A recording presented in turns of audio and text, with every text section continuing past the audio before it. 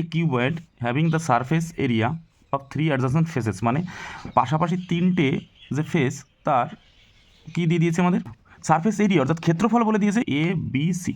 তাহলে আমরা ধরে নিই যদি একটা কিউবয়েডের 3টে বাহু কি হবে এক্স ওয়াই জেড, ওকে, অর্থাৎ কি দৈর্ঘ্য প্রস্থ উচ্চতা 3টে আমি ধরে নিলাম। তাহলে এর মধ্যে ফার্স্ট আমরা বলতে পারি যে এ সমান সমান কী হবে X Y is equal to A. কী করে বলতে পারি, যেহেতু এটার একটা সারফেস একটা ফেসের ক্ষেত্রফল এ, অর্থাৎ আমরা বলতে পারি এইটা দৈর্ঘ্য প্রস্থ গুণ করে এটা পাবো। নেক্সট ওয়াই ও জেড গুণ করে কী পাবো বি পাবো, অ্যান্ড জেড এক্স গুণ করে কী পাবো সি পাবো।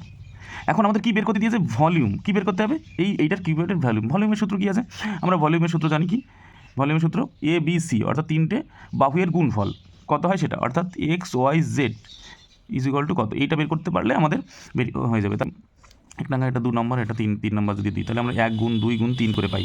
তাহলে কী পাবো X Y into Y Z into Z X is equal to কী পাবো এ বি সি। তাহলে এখান থেকে কি এক্স ওয়াই জেড তার whole square is equal to A B C. তাহলে এক্স ওয়াই জেড সমান সমান কী হবে A B C to the power half, অর্থাৎ এখানে এই পাশে যদি 2 থাকে এই পাশে উল্টে যায়, অর্থাৎ 2 থাকলে হাফ হয়ে যায়, অর্থাৎ আমাদের অ্যান্সার ইজ দিস।